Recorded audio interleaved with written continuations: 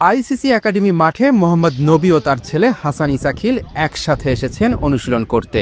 সেখানে তাদের দেখা হয় হংকং ক্রিকেট দলের কোচিং স্টাফদের সাথে, যাদের মধ্যে ছিলেন মারিও ভিল্লাভারায়ন, যিনি 2014 সাল থেকে 2020 সাল পর্যন্ত বাংলাদেশ দলের স্ট্রেংথ অ্যান্ড কন্ডিশনিং কোচ হিসেবে কাজ করেছেন।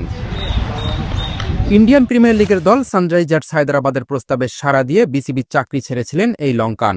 এখন হংকংয়ের বোলিং কোচ। ভিল্লাভারায়ন জানালেন, সবসময় বাংলাদেশের খেলা দেখেন তিনি।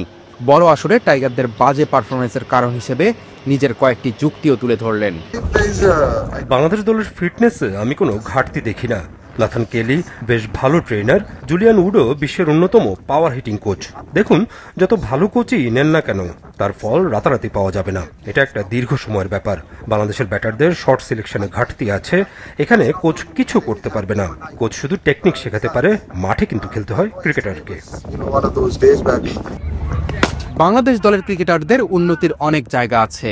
ব্যাটাররা এখনো দায়িত্ব নিয়ে ব্যাট করতে পারে না। এই বিষয়গুলো যত দ্রুত ঠিক করা যাবে ততই ভালো বলে মনে করেন মারিও ভিল্লাভারায়ন। আমি বাংলাদেশে 6 বছর কাজ করেছি। তখন লিটন, তাসকিন আর মুস্তাফিজরা ছিল, তারা এখনো আছে। দলের বাকি তরুণ ক্রিকেটারদের সময় দিতে হবে। এখন একটা দলের বোলিং কোচ হিসেবে আছি। শরীফুল, সাকিব, সাইফুদ্দিনের খেলা দেখি, তারা ভালো বল করে।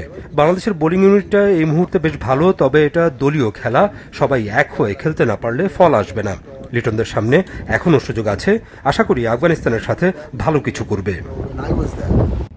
আফগানিস্তানকে হারাতে পারলে সুপার ফোরের সম্ভাবনা টিকে থাকবে বাংলাদেশের। টাইগারদের খেলার দিকে সবসময় চোখ থাকবে বলে জানালেন সুপার মারিও নামে পরিচিত এই লঙ্কান কোচ।